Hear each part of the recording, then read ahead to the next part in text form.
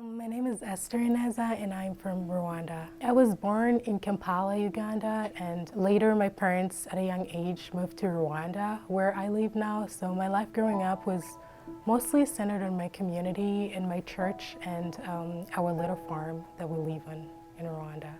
I came to faith when I was 9 years old. I remember just enjoying the sermons my dad gave at church and enjoying the adult service, then the children's Sunday school service, and I thought deeply about who is this man who came to die for my sins and just gave his life for me, and I meditated on that, and I seek more wisdom from other people, learning about Jesus and how I can get to know him better.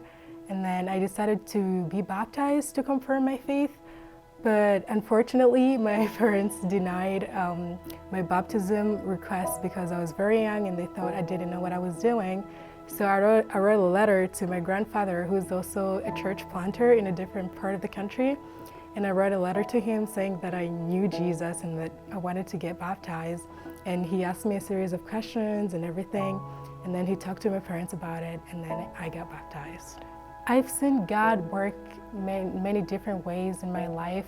The fact that I'm here in the first place, I think it was God's calling for me, because I don't think I would have ended up in a place called Hagerstown, Maryland ever in my life. But now that I'm here, I look back and I'm like, God did this and God brought me here for a reason, and it was his calling for me.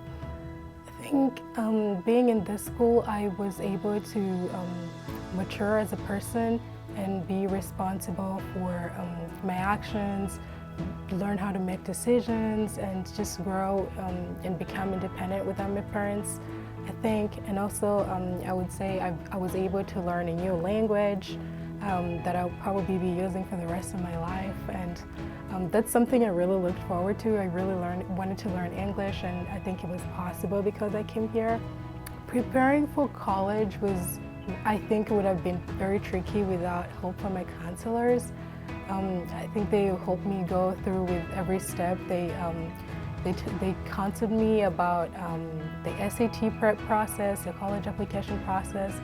So overall, I think it was mainly through my college counselors here at school that helped me learn about the whole process and how it goes and what to do, because I don't think I would have done it, or I don't think I would have explored the whole college application process without them.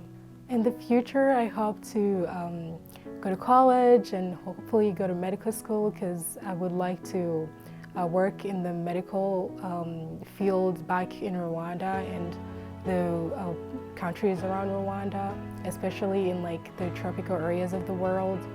In 10 or 15 years, I hope to become a medical specialist in low and middle income countries, because growing up I saw different people affected by tropical diseases that are mostly ignored by a lot of people, like I would say neglected, because people think they don't take people's lives. But looking at the people around me, there's certain diseases like malaria, or we call them neglected tropical diseases in Rwanda. And a lot of people are affected by them because they create a cycle of poverty. Because if you have an NTD, you're not able to go to school. And if you're not able to go to school, you're not able to, employment is very difficult. And then if you're not employed, it's very hard to support your family or your kids. And so I think contributing to that and to help break that cycle and also impact other people's lives is something that I want to do for the rest of my life. To a student who is considering an education abroad at GVCS Broadfording, I think this community is the most supportive you'll ever see. Everybody here is rooting for you, and they want to support you in any way they can, and they are rooting for you to do well. So if you're looking for a very supportive community, a community that will love you and will treat you like a family, I think GVCS Broadfording is the best place for you.